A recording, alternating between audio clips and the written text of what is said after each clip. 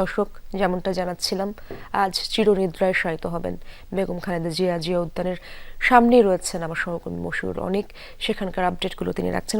অনেক জানাবেন কবর খননের কার্যক্রম কতটা এগুলো বেশ কষ্টসাধ্য একটি কাজ। মার্বেল পাথর ভাঙার একটি কাজ ছিল, পাশাপাশি গোরখোদকরা এখন যুক্ত হয়েছেন, কাজ করছেন। তারা কতটা প্রস্তুতি দেখতে পাচ্ছেন এবং আশপাশের নিরাপত্তার খবরও জানতে চাই।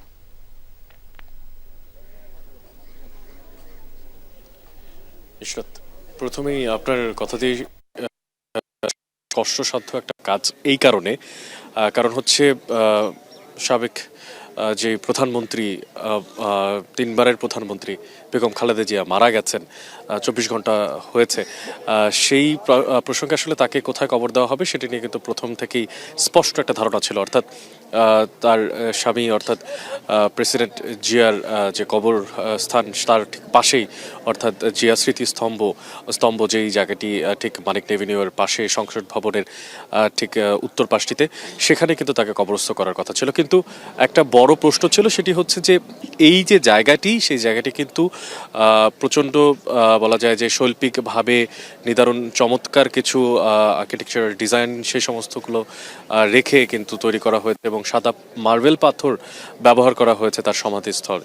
তো সেই মার্বেল পাথরগুলোকে ভেঙে এবং স্থাপত্যের যেই কারুকাজ সেগুলোকে অক্ষুণ্ণ রেখে কিভাবে আসলে কবরের যে ব্যবস্থা সেটা কীভাবে করা যায় সেটা নিয়ে কিন্তু নানা ধরনের প্রশ্ন ছিল। তবে সব কিছুর মিলিয়ে আমরা আগেও যেটা জানিয়েছি, সারা রাত ধরে যে খবরাখবর জানিয়েছি, একটা নির্দিষ্ট জায়গা ঠিক করা হয় এবং সেই জায়গাটিতেই, পশ্চিম পাশের জায়গাটিতেই কিন্তু যে কবর, সে কবর খনন করা হয় এবং কষ্টসাধ্য কাজ বটে। তবে যে শ্বেত পাথরের জায়গা সেটিকে ভেঙে এরপরে যারা গোরখোদক তারা কিন্তু সেখানে এসে পরবর্তীতে কবর খোদাই করেন।